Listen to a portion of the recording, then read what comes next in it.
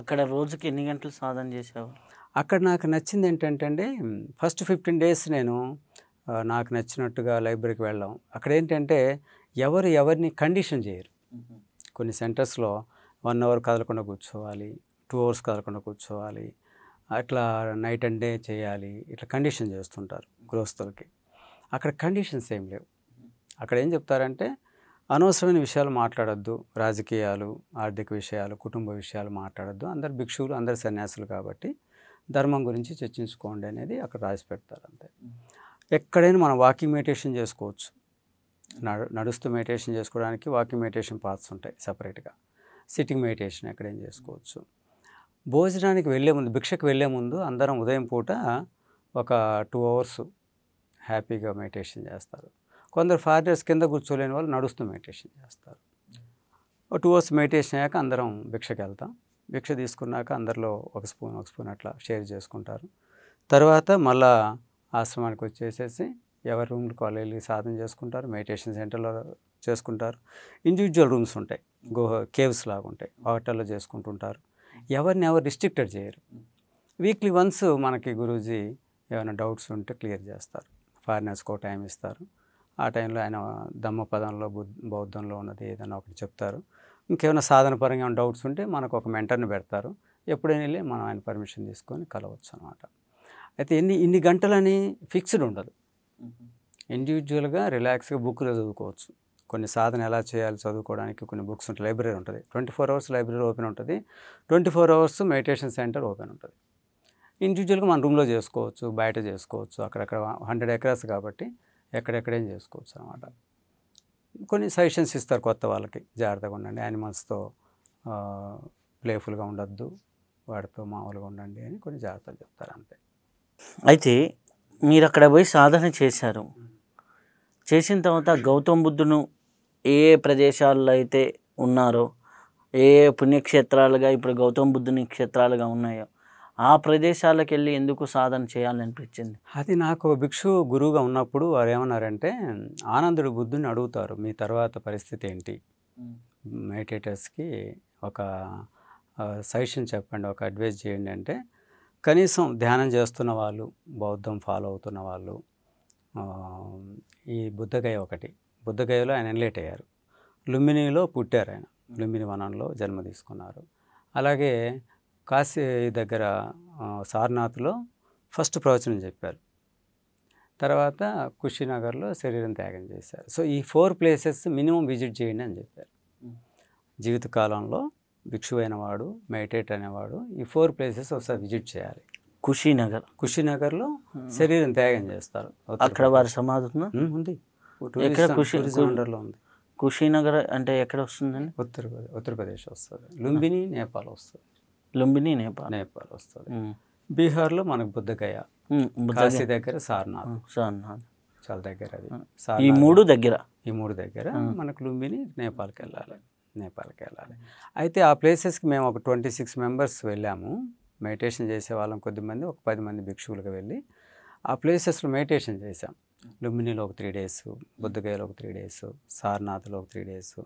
సారనాథ్లో మొట్టమొదటి ప్రవచనం చెప్తారు ఆయన బుద్ధుడు.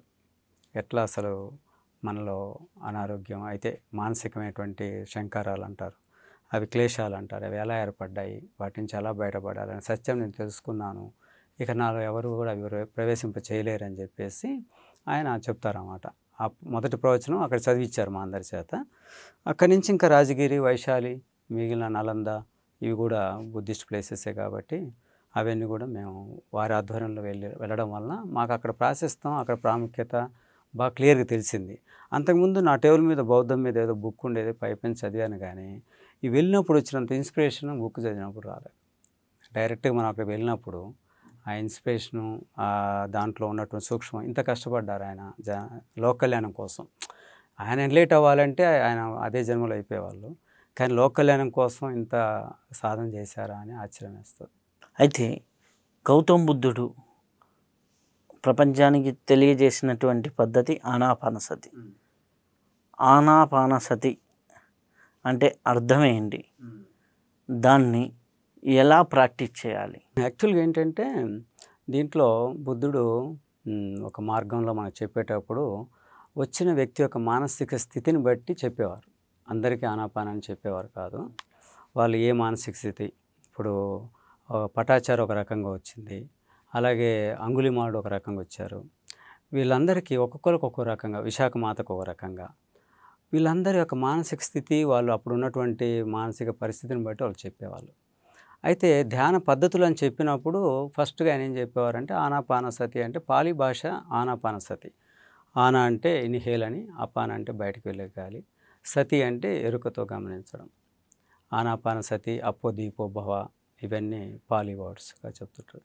అప్పట్లో ప్రాంతీయ భాషలు ఉండేవి, సంస్కృత భాషలు ఉండేవి, కానీ ఆధ్యాత్మిక భాష కింద పాలి భాష బాగా ప్రాచుర్యం. బౌద్ధం, బుద్ధుడు తిరిగే టైంలో ఆయన చెప్పిన 82,000 ప్రవచనాలు పాలి భాషలో చెప్పేవాళ్ళు. ఇది అందరికీ అర్థమవుతుందని, సంస్కృతం దేవతలకే అర్థమవుతుందని, పండితులకు అర్థమవుతుందని అంటుంటారు. అలాగే ప్రాంతీయ భాషలు ఆ ప్రాంతంలో ఉన్న వాళ్ళకి అర్థమవుతుంటుందని. అయితే ఈ పాలి భాష అనేది మొక్కకి, పక్షికి, జీవం ఉన్న ప్రతిదానికి కూడా అనుభూతి చెందుతుంది ఆ పాలి సౌండ్కి, ఆ పాలి భాషకి, ఆ చాంటింగ్స్కి అని బుద్ధుడు చెప్తారు. ప్రాక్టికల్గా మేము కూడా చూసాం ఫారెస్ట్లలో. మనకు ఒక పాము ఎదురు వచ్చినా, ఒక పులి ఎదురు వచ్చినా, లేకపోతే ఇంకేదన్నా జంతువు ఎదురు వచ్చినా, పక్షులు ఎదురు వచ్చినా, కోతి ఎంత జిగ్జాగ్గా ఉంటుందో మనకు తెలియదు కదా, అలాంటిది అది కూడా ధ్యానంలో కూర్చునే స్థితిని మేము ప్రత్యక్షంగా చూసాం. ఆ పాలి చాంటింగ్కి అవి అంతా పులకరించిపోతాయి. సో ఆ రకంగా ఆనాపానసతి అనే కాకుండా ఫస్ట్ మనసు ఆందోళనతో ఎక్కువ ఉన్నప్పుడు వాళ్ళు దేని మీద దృష్టి పెట్టలేరు, ఏకాగ్రత పెట్టలేరు. కాబట్టి శ్వాసను గమనించడం కూడా అంత సులభమైన ప్రక్రియ కాదు వెంటనే. కాబట్టి శ్వాసను గమనించాలి అనే దానికన్నా ఫస్ట్ ఆయన ఏం చెప్పేవాళ్ళంటే గన్నా మెథడ్ అని చెప్పేవాళ్ళు, కౌంటింగ్ మెథడ్ అని. మనం కౌంట్ చేసుకోమంటారు. ఇన్హేల్ 1, ఎక్సేల్ 1, ఇన్హేల్ 2, ఎక్సేల్ 2 అని ఫస్ట్ స్టెప్ అది ఒక 9, 10 దాకా చేయమంటారు. అదే నాకు మళ్ళీ ఇంకో 9, 10, అదే ఒక 9, 10 తర్వాత న్యాచురల్ బ్రెత్ని అబ్జర్వ్ చేయమంటారు. అప్పుడు మీకు శరీరంలో ఎక్కడో చోట నొప్పి కలుగుతుండొచ్చు, మోకాలు నొప్పి, నడుము నొప్పి వస్తుంటుంది. వెంటనే రియాక్ట్ అవ్వకుండా కాయానుపස්සన అంట. పස්සన అంటే చూడడం, కాయం శరీరాన్ని గమనించని అంటాడు. ఈ శరీరాన్ని గమనిస్తున్న టైంలో మనసుకి ఏదో ఒకటి డిస్టర్బెన్స్ రావచ్చు. తన కుటుంబ సమస్య గుర్తు రావచ్చు, గతంలో తను చేసిన తప్పులు గుర్తు రావచ్చు, తనకి ఇంకేమైనా కోరికలకు రావచ్చు. అది చిత్తానుపස්සన. అప్పుడు ఏం చేయాలంటే మనసును గమనించాలి. ప్రతి దగ్గర గమనించడమే. తర్వాత ఇవేవి లేవు, మన ధమ్మానుపස්සన అంటే ధర్మాన్ని గమనించడం. బుద్ధుడు ఎలా సాధన చేశారు, ఎలా చేయాలని చెప్పారు. ఇలా చేయడం వలన ప్రతిక్రియ లేకుండా ఎక్కడికక్కడ మనం వెళ్తూ ఉండడం వలన మంచి ఫలితాలు వస్తాయి. అంటే మనసు కుదుట పడుతుంది. గ్లాసులో నలకలు ఉంటాయి, వాటిని మనం కదలకుండా పెడితే అది అలాగా. ఇక్కడ కదలకపోవడం అంటే శరీరం కదలడం అని కాదు, మనస్సుని మనకు వచ్చేటువంటి నొప్పికి, మనకు వచ్చేటువంటి మానసిక ఆందోళనకి దేనికి కూడా ప్రతిక్రియ చేయకుండా. భయం రావచ్చు, అడవిలో ఉంటాడు, అరే ఏదైనా వస్తే ఎట్లా చీకటి పడుతుంది భయం ఉంటుంది. భయపడితే ఆ భయాన్ని గమనించాలి, ఏంటి భయం వస్తుంది. అట్లా నిరంతరత అంటారు అన్నమాట. నిరంతరంగా ఎరుకగా ఉంటూ ఎప్పుడు ఏదనిపిస్తో దాన్ని గమనిస్తూ ఉండడం. అట్లా చేస్తుంటే మనకి క్రమక్రమంగా ధైర్యం పెరుగుతుంటుంది. సింపుల్గా ధ్యాసే ధ్యానం. ధ్యాస అంటే ఇప్పుడు మనం ఎవరైనా 10 మందిలో ఉన్నప్పుడు ఒక వ్యక్తి పక్కకి ఎక్కడో చూస్తున్నాడు అనుకోండి, ఏంటి పరధ్యానంలో ఉన్నాం అంటారు. అంటే ధ్యానంలో ఉండడమే నిరంతరత. ధ్యానంలో లేకపోవడం అనేది పరధ్యానం అయిపోయింది, ఎటో ఉండిపోవడం ఉంది. సో నిరంతర ఎరుకతో ఉండడం వలన చాలా వరకు ప్రతిక్రియలు లేకుండా చాలా మానసిక ప్రశాంతంగా ఉండేదానికి అవకాశం.